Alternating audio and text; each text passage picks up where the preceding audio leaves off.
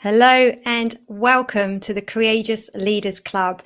This is our first event, our first club interview, and I am delighted and honoured to have my dear friend here, Sergio Lopez. Welcome to the show, the first show, Sergio. Thank you for being Thank you, here. Joe. Good morning. Thank you. And what I'm going to do first, I just want to give a really introduction to you because the value I know you're going to share today is huge for people, especially in the leadership space, because you are the Chief Production Officer of UK and EMEA in McCann World Group. Been there, how many years have you been there now? Is it Almost 7 years. Almost 7 years, yeah. Yeah, well, we first met, which we'll talk about. When we first met, yeah. Yes, and I'm reading this because I want to get your bio right here. But you have over 20 years of experience in the advertising and entertainment industry, and you've spearheaded 6 years of continued growth and the unification of production, operations, and studios, driving creative success and across the network at scale, which I think is incredible.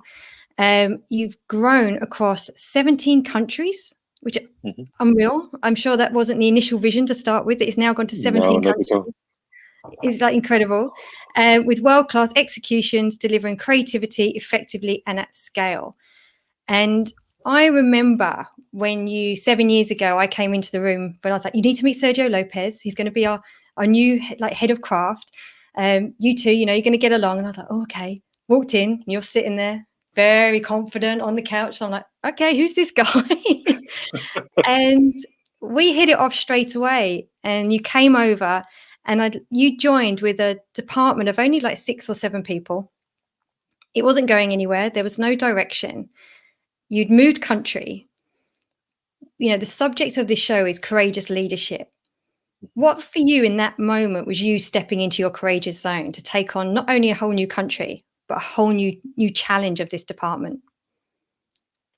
Well, first of all, we hit it right away because I thought you were going to be, with the success that you have had and the level of leadership that you had, I thought you were going to be a horrendous person. I thought that you could be a very ballsy, protective stuff. And then I felt like the generous, inspiring person that you are. So you just disarmed me. So it was very, very easy.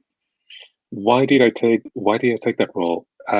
Yeah, I have been 20 years in the business, but I started very young, and I was very lucky to have worked with and been mentored by really good people. So sometimes I talk about myself like the Forrest Gump of advertising, right? I was just like cruising along and working with some incredible creative directors, working with agencies at the right time. And I had done local jobs, global jobs. When you and I met, if you remember, I was coming from a global job. I had just opened an office work with an agency opening an office in China, which was very challenging. And but there was one thing that I had never done, which was proper change management in a company, right? And as you said, when we spoke, you and I were part of this change management project where you were changing operations for McCann and the production team, which I see production as the last mile for creativity, right? At the end of the day, production is what the consumer sees. So it doesn't matter how phenomenal your strategy is, how sharp your creativity is. At the end of the day, what people see is how you bring it to life, and if it looks good. And when I stepped in, if you remember, it was a team of 6 people. Yeah. Which some of them, it was a team of people that had been almost like left adrift. There was no strategy of the making, and it was I just needed a challenge in an operation of that size to almost prove myself that I could do it. Because when in the operations that I was doing globally in the United States, I had a little bit of imposter syndrome, right? I felt that, sure, it had been successful and there was like all these awards and all these things. And I never knew if it was because of anything that I brought to the table was just the collective success, which is all right. But at that moment, I just needed to add some ideas of what production was after all those years. And I needed to prove myself that I could do it. So that's why I took that challenge. And when I was thinking about moving back to Europe and we look at McCann at that moment, I think I couldn't find an operation that was more broken than that one. It was like it was like really broken. But I really love the team. Yeah. You're absolutely right. Like when we first met, I really connected. I thought that we had a lot of things in common on vision, and we complemented each other. Mm. and there were some good people also in strategy and creative to make it happen. So it was making change with people that I saw myself making change with. Yeah, and it was brilliant. And what I'd love to know is when you came over, did you already have a vision for where, because it's incredible where you've taken it, and did you have a vision to start with of where you were going to go? I didn't I didn't know operationally, but I had a feeling of what good looked like. Mm, And I was lucky to have grown in a place like Spain, where it's a very creative culture, and especially when yeah, the years where I was born after the dictatorship, because there was an explosion of art and creativity and freedom in the country. And at the same time, it doesn't have the scale of the UK or the US, so you have to be very resourceful, right? And at the mm, beginning of when I was a kid, like very early, I was fascinated by photography and music. And because of where I was born and where I grew up, I didn't have to choose between one and the other. Right? mm, I learned years later that in the States, a lot of the people, especially when they work in big organizations, is you're a broadcast producer and you're going to be a broadcast producer, or you're going to be an art buyer, or you're going to do like, you're becoming a specialist and stuff. And you couldn't be specialized in Spain. mm, So I knew when I came that what could look like at a time where there was a revolution in advertising and media, where there was less division between television and print and social and digital, when everything was starting to be blurred, that what excellent looked like were people that understood creative and could bring it to life yeah, independently of the platform. How we were going to do that, that's the part that it's been a 7-year journey yeah, of trial and error and learning that things that work for a 10 people operation doesn't work mm, for a 50, and what works for 50 doesn't work for 100. And yeah. we've just been trying and getting it right, thank God, a lot of the times, and getting it wrong and fail fast and try to course correct very quickly. Yeah, exactly. And for you, it's interesting when you said like you had some imposter syndrome and this was an opportunity for you to kind of really kind of show and prove to yourself. And I'm just going to actually stop myself there. Was it proving to yourself or was it proving to others that you could do it? I think possibly a little bit of both, but Mm, mostly to myself. yeah, So you have to understand, production is an area where, once again, when I grew up, the further somebody in production made it was either head of production, meaning mm, which is a different version of being an Uber specialist, but not necessarily a leader. yeah, Or people would just would leave the agency and open a production company and run a small company, right? mm, So I didn't have a northern star of person to be within my area, in the way that if you look at strategy, you have, I don't know, David Ogilvy, right? And you can read the Ogilvy book on advertising. yeah, If you're in creativity, you have DDB and the books that they written, or mm, you have these fantastic icons on everything, and there's nothing on production. yeah, So part of the imposter syndrome came from not having somebody to look up to. There was a lot of people. There were things mm, that I liked about bits and pieces, but I was getting into uncharted territory and going to places and having conversations that I didn't have anybody to look up to, or books yeah. to read. There isn't a book on fantastic advertising production, or things like that. So I thought that I need to prove myself that I was capable of doing this I more love that. than possibly the other. Yeah, and you've just made me think as well. I hadn't actually thought of this before in terms of, my background is a lot in the project management zone and operations. Mhm, Again, there's not really like that David Ogilvy for that side mhm, either. So, mhm, we've got a group at the moment of about 350 PMs that we're getting together to champion so they can mhm, see where they can go. So, yes, you've just made me think of that.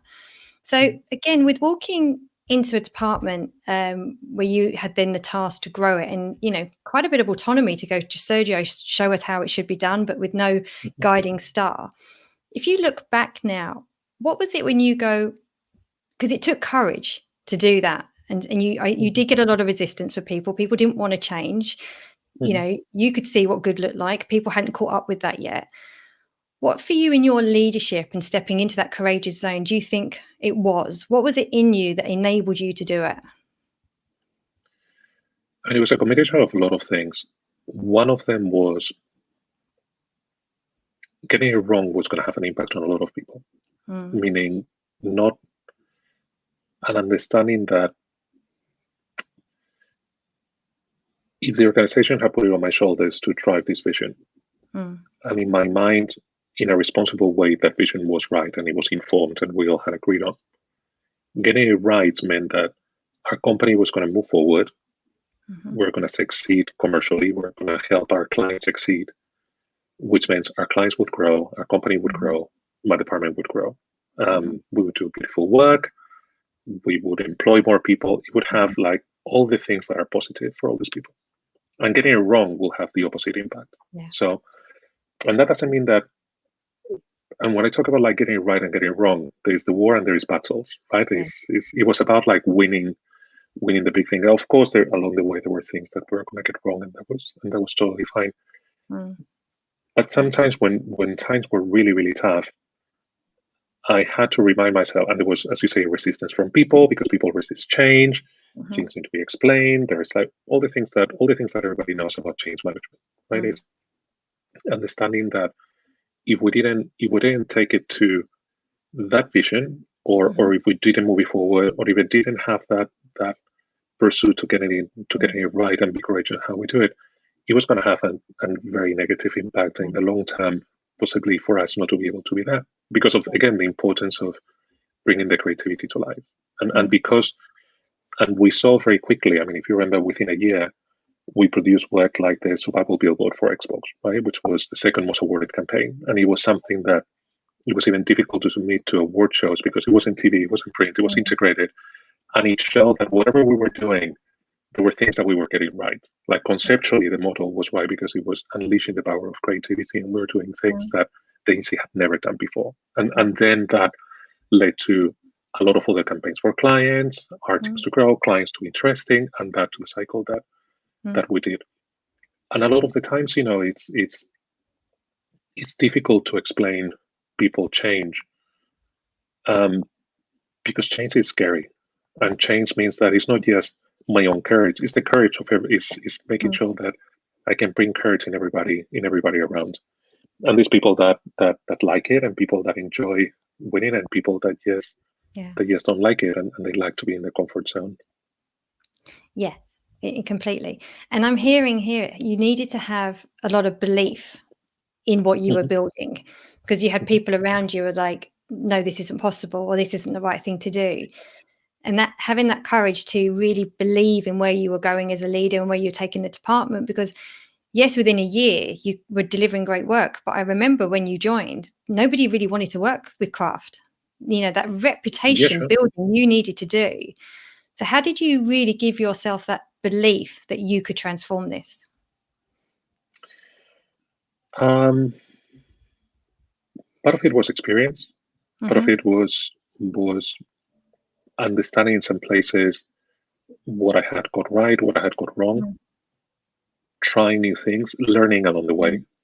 You know, it's learning. Sometimes I think that one of the things that I had to do sometimes was separate who I am as an individual and the role that I was playing, you know, and make sure that the role represented a set of values and things. And sometimes having to make decisions that me as an individual will find really tough to do, but I know that they were right, over communicate. It was challenging. I mean, the most challenging thing that or let me put it differently. At the beginning was easy because we were following other people, so we had to catch up, and that was the easiest part because it was very easy to point out of we're doing this because look at that, we're doing that because that. But we got there very quickly. We got there within a year, 2 years. And then is when the really difficulty started, which is when all of a sudden there are a lot of people in front of us, and we started applying some of our innovative thinking in things that had to explain not just to our people, to the industry, to clients, and you have people that it's not that they challenge, but it's like that's not the way we've been doing things up until now. And one of my favorite I remember talking to the president of a trade organization that was saying, but that's not the way things are done. And I challenged him by saying, if you look back for the last 50 years, Mm, the only constant has been changed. And mm, yet you see now, and you think that now is going to be constant moving forward. And that mm. is not sustainable Yeah. because that's not how consumers work. That's not how our clients look at the business. We need to evolve. And now we're at a moment of revolution or disruption with everything that is going Mm, on the media spectrum. And we do need to reinvent it. And I'd rather reinvent it with them as opposed to do it as opposed yeah. separately to them. And yeah, that's a great answer. And I'm now going back because I watched you and observed you do the change. And one thing that stood out for me so much is the amount of certainty you had in yourself. But even if like we'd go for our daily little coffee walks and we'd, chew the fat and stuff. And, we had that friendship so we could share if things were concerning us. But in the organization, you just projected so much certainty in where everyone was going because then it established so much trust in you that people were okay to really actually start believing in you and follow. Would you say you recognized that's what you were doing at the time? Or is that, do you think, what you just felt you needed to project? No, that's what I needed to project. Yeah. Again, it's the separation between the role that I had Mm. and who I am as a human being. Like, as you know, that then I will get home and I would be like, oh my God, what am I doing? Am I getting it right? Do I know what I'm talking about? Yeah. And it's something that I learned on my first job. It's two things happened on the same week. I remember I was on my first flight to Barcelona on production, and I was with my boss on a flight from Madrid to Barcelona, and the front wheel of the plane didn't come out, and we had to do an emergency landing. And throughout the landing, the pilot was just talking to us, and the pilot was super calm, right? So everybody was scared. But we landed. The landing was fine. It was a normal procedure for a pilot, but Mm. for passengers, it's really really scary. And my boss said to me, "See, nobody likes a nervous pilot when stuff is getting real. Mm. Nobody likes a nervous Mhm. producer when you're doing a difficult thing." And that's something, I think I was 17 or 18 when I Mm. learned that. And it's true. I mean, throughout the years, being a producer or a project manager, right, means Mm. that you're in control. You're in control of the answers. You're in control of the schedule. Yeah. You're in control of the budget. You are the pilot, and Mm. and you are the one that has to figure out how to make it happen. And nobody likes to see a pilot that is nervous, especially in Love turbulences and things like that, that. Love because that. because then everybody freaks out. And Joe might say is, I was as well equipped as anybody to have the answers, and Yeah. if I can allow myself to get it wrong like other people, and if it gets right, we would have got it right. But there was no point, being a Yeah. nervous pilot. It would have made everybody's enjoying my life a lot more difficult. Exactly, and you just attracted more resistance. If people saw those cracks, the resistance would have been stronger. And talking on But also, a lot certainty. of people thought. Remember, a lot of people thought that I was very cocky and I was very full of myself and things like that. So it's not, that doesn't mean that it's the right approach. It's only the best thing I could come up with at the time. So, I think if you hadn't have had that certainty, I'm not, that I think is what has enabled the huge transformation, and for craft to now be going across, all the countries, and you're creating so much amazing standardization and communication between the whole network as well, which I think is incredible. So, yes, having certainty in terms of different approaches, maybe people can be mhm, flexible in, but that gift of certainty, it was a gift that I gave myself stronger 4 years ago when I opened up my own business, trained to become a coach, and it was someone said to me, the biggest gift you can give yourself is a gift of certainty. So what I'm mhm, hearing you're saying is that certainty where you just got to give certainty that you trust yourself, certainty that actually, if it goes wrong or if it doesn't go how you thought, you trust that you can handle it, that whatever mhm, happens, you trust that you've got the certainty, you know who you are, you know what you stand for, it all had the best intention. And if it doesn't go well, you're certain you can handle it. And that's mhm, what I love to see more in leadership, and like talking about courageous leadership is giving yourself that certainty that you can handle whatever comes your way mhm, and not pull away from it and then not take the risks that are needed to, as you say, mhm, change is a constant. Change is going to keep happening. If too many mhm. leaders stay in their comfort zone and safety zone, unfortunately other people will take over from them. Do you notice that in any leaders that you meet, in terms of when you can see that nervous pilot's coming through in terms of the results that they can get? What I see is yes, and I think a lot has to do with there's a lot of literature in what leadership is right now, Yeah. and there is a lot of books, and there's a lot of misinterpretation of that literature. I Yeah. believe my point of view as a leader, like the way I see a leader, is somebody who gets paid to lead, right? Mm. To have a strong point of view, and it's like when you go to a 3 Michelin star restaurant, right? If you're going to go to a Michelin star restaurant that serves Indian food, you're going to get fantastic Indian food. Yeah. If you're going to go to a 3 Michelin star Chinese restaurant, you're going to get excellent Chinese food. Mm-hmm. That's what a leader should be, and every leader should have a style, and the company hires a leader for the style at that moment. Mm. I don't know if I will always be the right leader for the company. I might be a leader that leads transformation. I might be a leader that drives a lot of other things. And I think that will be for the company to decide how long I stay on that role and if I move up and down. I think the challenge that a lot of people face is when they try to find out the kind of leader that they are, and they start to look at more collaborative types of leadership, right? And misinterpret leadership with collaboration. Of course, I don't make, I mean, and you know me, I don't take decisions yet for myself. I have a team around myself, and especially people that I work closely with, like when you and I used to work very closely. I have people on my team from heads of production to people in operations that I would constantly ask for their advice. But my approach to leadership is that at the end of the day, the company has hired me because my call and my vision, at least for now on this project. I think there is people that believe that being a leader is more of a wrangler of a lot of people, or they want to dilute that responsibility, or they want to make it very collaborative and very democratic. I believe that has some challenges and flaws, and drives to some behaviors within the organization that might not be right. So you can call it courage, you can call it a lot of things, but I think that's why leadership sometimes is a little bit lonely, because it's when when it's the end of the day and you're home, there are times where you need to make a decision, and it comes down to you. And I do believe that that's the style of leadership that I believe the most, and that requires courage, and it cannot be diluted or done by committee or trying to relinquish responsibility.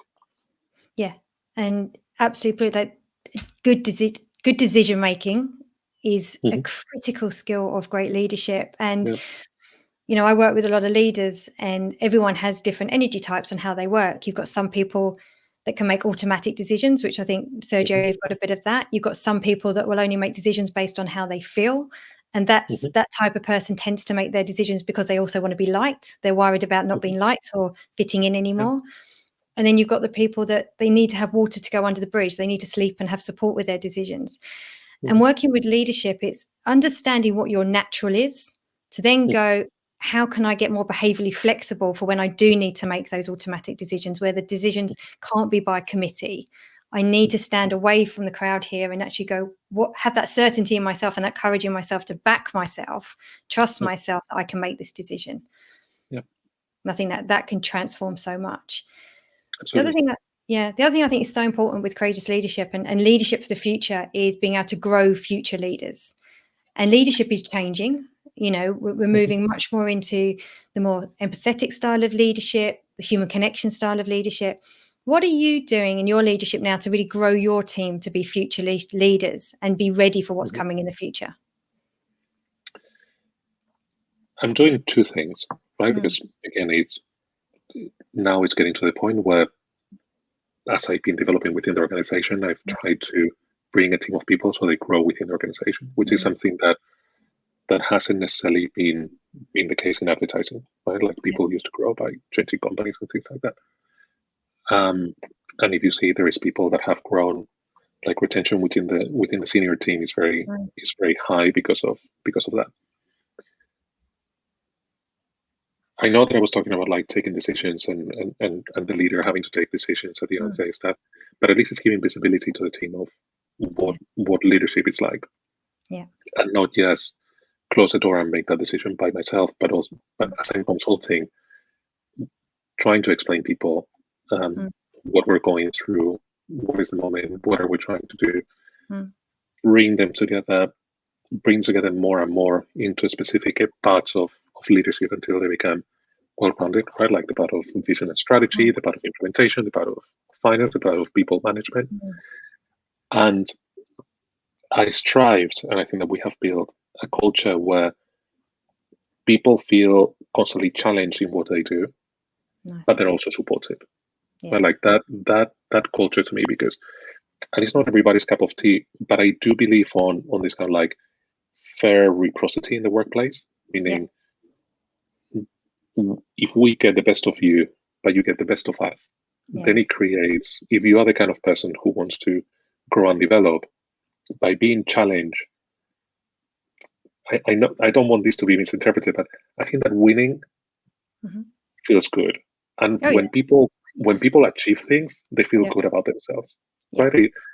It's not pleasant all the time when you're doing it. It's not pleasant when you're about to like jump into something that you haven't done before.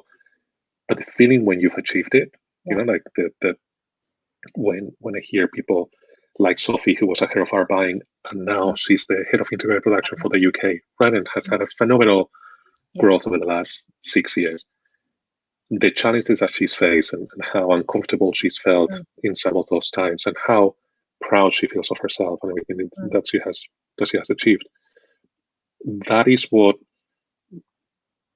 my style of bringing future leaders, as you're talking about, within the organization, because I know that some people look at it as a standardization of a team. It wasn't my goal to standardize. My goal was to create a common language, because as you talk about going from a team of 6 to a team of 613 offices, Wow. every office has a different culture, right? So there's one of the things as a leader show is one style of leadership that needs to be adjusted, because being a leader in the UK is completely different than being a leader in France, and drastically different than in Germany. So having to adjust that type of leadership, but be able to create a common language amongst all those people so they can communicate and collaborate in a way that it creates a company culture, that has been really important. So that's why it's so important also to create that team that elevates, because the more senior they become, the more visibility they have, the more common experiences that they have, the more we have a company that has a language with that collaboration, with that growth, with those informed decisions happen. I love that. And for the people listening who are sitting there going, that's such a good idea, this common language. What would you say was one practical thing that you did to enable that common language to come about?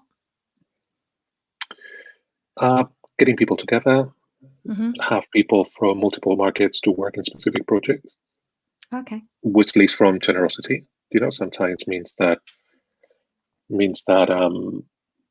as the owner of the P&L, I have to make decisions that are unpopular with somebody but beneficial to the other, such as we're going to invest, or we're going to, or no, you're going to charge that, or we're going to put the 0.01% margin improvement on the side because this is more important in the long run.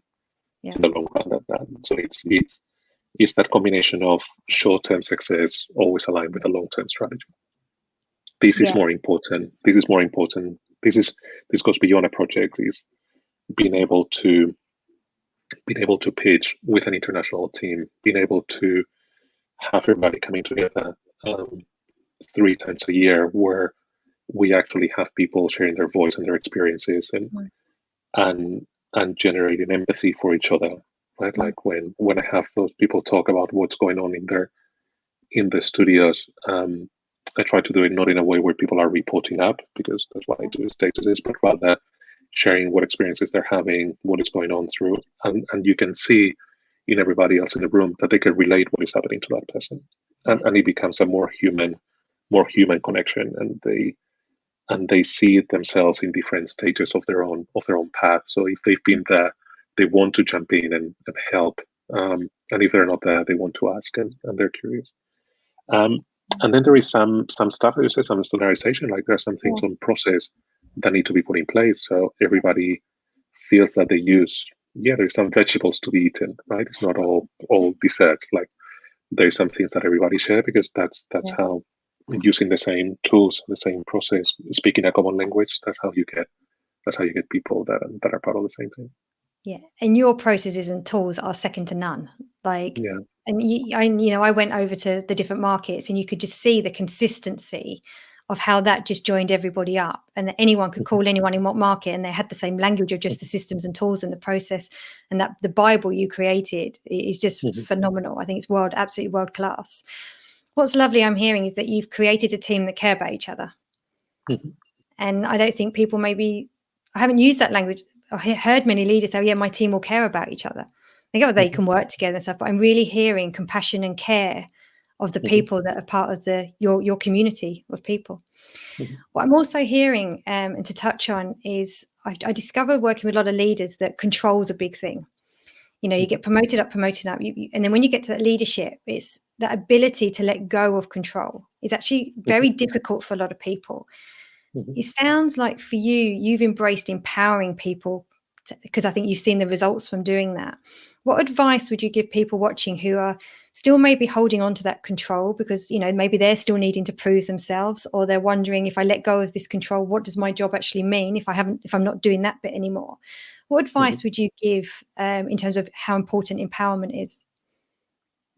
I mean, as you know, it's never been. It's not all. It hasn't always been like that. I struggle relinquishing control. What made me a very good producer was my ability to control every single aspect, creatively, financially, and timeline of everything that I did. So going from being wired to control, to produce, to relinquish control was a journey. It was a journey of multiple years. I think the part that is, this is a really boring answer, but it's very matter of fact, which is the more senior as a leader somebody becomes, the bigger impact long term and financially to the company they need to make. Yeah. And that is when it's a combination. I'm not sure that it's just relinquishing control, right? It's creating a structure or focusing on things that make an impact, ideally on the millions, or ideally 5 years ahead of what the company is. Meaning, if somebody's a CEO and is not looking at what's ahead 3 years from now, they're going to be out of business very quickly. Right? I remember a time. When I was in New York in JWT, and I made it. I thought that my role was to make sure that every commercial was perfect, and it was a team of almost 200 people, which meant there was a lot of commercials we were producing and a lot of pieces of print, and I would spend every evening or every other evening looking at dailies and looking at raw photo images and all that, and I realized that the impact I was making on the work was worth thousands, and that at the same time there were all these things in virtual reality was coming from the corner, social media was growing very quickly, and I wasn't focusing on that. I was always on the back foot, and that's when through taking really tough decisions, all of a sudden it was letting go of things that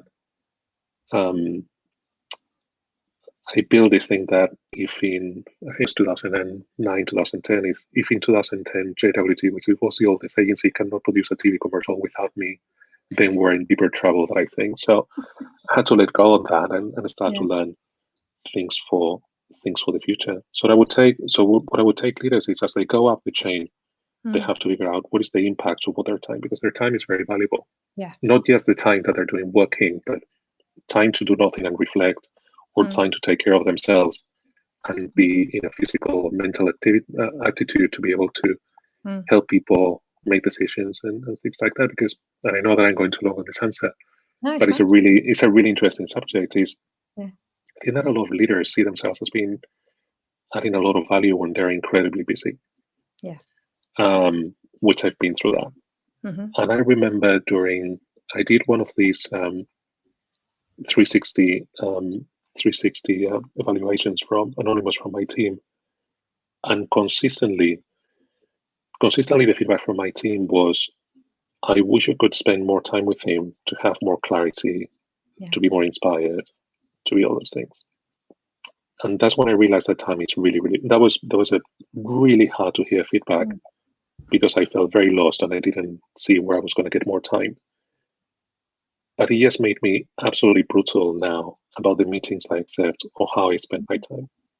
And I made one of the things of my rules to just, instead of trying to fill my day with meetings, it's focus on the things, once again, that add value to the company, to the individual. So I'd rather spend 1 hour with one of my senior team, so we're aligned, so we're on the same page, so we understand what we're doing, so we're mentoring, so I understand what's going on in the operation, as opposed to, yes, in a meeting with another 15 people where I'm going to be listening, right? Like that's where I try to get meeting notes, or I get a 5-minute update, things like that. And that is what I would tell future leaders: is be incredibly precious about your time and generous at the same time.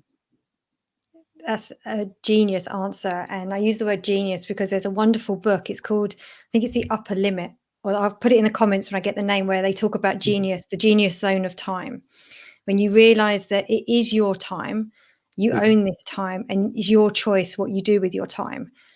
And there's a challenge in this book where they actually say that you're not allowed to complain about time for 2 weeks. Like, you can't say, oh, I'm in a rush, or I'm too busy to do this, or I can't make that, to get you to realize how much time you absorb complaining about time and how you're not using your time effectively. And I love that as a leader. Your gift is your time, and use that wisely to make a positive impact and a positive difference to the people around you. And I think that's how ultimately you're going to then go about growing future leaders and being able to influence in a really positive new way. Thank you. That's such a good answer. I'm taking that. I'm going to download that recording, transcribe it. Thank you. But it's also about taking care of yourself. I mean, as you know, I'm a single dad. I'm a single dad, and picking my son from school and making dinner together and having dinner. It's very important. It's very important for my happiness. Also, a very precious time of my life that it's, he's 14 now, 15. So in 3 years, it's going to go to uni. So it's something that is important for something that is very important for me, and also having time to think as opposed to years doing. It's important. One of the things that I learned, and you remember that time when I was, if you remember, I was working on Saturdays interviewing people, and I would put Benji to sleep at night, and I'll be working until 1 in the morning every day. That is not sustainable in general. When you become a leader and you have to, or when you're leading a company, at the pace of meetings, decisions, visibility, like all the stuff that is in the head, that's not sustainable. That's not sustainable, because that means that I need to be as sharp-minded for my team. That's what I owe my clients, my team, and everybody, is somebody who has clarity and not just be overwhelmed, exhausted, and things like that. So taking care of oneself all around is really important. It's so important. I'm glad you mentioned that. It's a lot of the work I do is the self-care rituals. And I highly recommend everyone watching this, make sure you have a ritual you do every day that's your self-care. I do mine every morning. It's an hour and a half where I make sure, I joined the 5 a.m. club 12 months ago, so I could make sure I did. And I do highly recommend it. It's been transformational. So like, I do my yoga, my studying, my reading, my walking before I even start my day of working. And I know if I don't do that, I don't have as good a day. The overwhelm will kick in quicker, or I'll get into my busy doing mode rather than my thinking, where do I need to strategically be mode. And when I work with leaders, when the first thing I say to them, well, what's your routine? Oh, well, I haven't been doing it lately because I've been too busy. It's like, well, that's exactly why now you're in this place. Number one, put that back in, because it's having your personal standards. When you can keep promises to yourself, like you keep the promise to yourself of your self-care, you can then keep the promise to others. And then people can then trust you, you can deliver, you can commit, and you can be fully present with people because you can be fully present with yourself. So thank you for taking us into the self-care, because I would say if one thing to come out of this, a courageous leader is somebody who knows that looking after themselves is one of the utmost important things for themselves, but then what they can give to their team. It wasn't, but again, as you know, it wasn't easy because when I started taking care of myself, I was feeling very selfish because I felt that, I saw how hard people around me were making and making, and I felt that how do I dare not working harder than anybody else and showing by example. And it was an understanding that I am working hard. I'm just working hard differently and smartly, and that we're all bringing different things to the table. Yeah, and I think you hit the nail on the head. It's not about just working harder. It's about really thinking about different approaches, different ways you can do it to utilize your time in the smartest way possible. And to your point, delegating, is and trusting that some things it's somebody else will figure it out. Because as in, when you talk about like the offices that we have and the amount of people, everybody, every person, every one of those 600 people that we have in the region, they have a story. They're a human being that get sick, that have gone holiday, that that they have all the stuff. They have good days, bad days. Everybody's its own thing. But delegating and having a support team and give responsibility and accountability to people to take care of their area and not having to worry about everything all the time is critical. If you don't let go, it becomes overwhelming and it just leads to a lot of bad behaviors. Yeah. And unfortunately that bad behavior filters down into the rest of the team. Yeah. Because the team will only reflect your behavior because the leader really does set the culture. So, and I love it, is being that role model, being that person that you representing the best version of yourself, so your team can be the best versions of them and feel comfortable in that space. Don't get me wrong, I totally understand at the moment it's really difficult and overwhelm and uncertainty is an all-time high. But the best way to deal with that is to put some certainty back into your life, like a routine, like the self-care, making sure you do a walk every day. Certainty is the counteract to uncertainty. So as a leader, you can do that for yourself, and then you can also encourage your team. What can we do here to help you have a bit more certainty, to help you manage the current workloads and overwhelm? Sergio, thank you so much for your time. What I always love this question. That's lovely. Is what advice would you give your younger self now, knowing what you've achieved and what you've learned? What advice would you give? Don't do it. No. I think I would just tell me to enjoy it a little bit more. I think that it's looking back. I think I didn't want to let anybody down. I wanted to get it right for everybody, for my team, for my bosses that had trusted in me, and that meant that I was too focused on getting it right and not focusing enough on enjoying the ride and enjoying the learning process. And it's now only when I look back and I look at all the wonderful people and all the amazing things that I've been lucky to do, all the things that I've been offered to do, that I realize that it's been a great learning experience, and now I know that it's going, that it will continue. And I wish I had sometimes stop and savor the moment a bit more instead of being so focused on getting it right. Yeah, which is lovely. I think and having that enjoyment and that fulfillment as well as working hard, I think is such a lovely balance. And I really want to ask you, have you now proved yourself to yourself? I just realized that I don't need to. Lovely. Now I got to a point where I don't need to prove myself. I think now I'm at this point of my life where I feel what I'm trying to figure out is how can I be true to myself as opposed to prove myself. And how can I be how can I improve as a leader?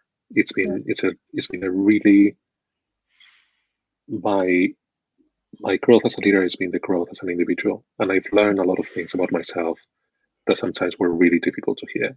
When you Okay. talk about ascertainance or being able to be quick at decision, Mm, everything good has a bad side, right? Like mm, sometimes that also leads to impulse control.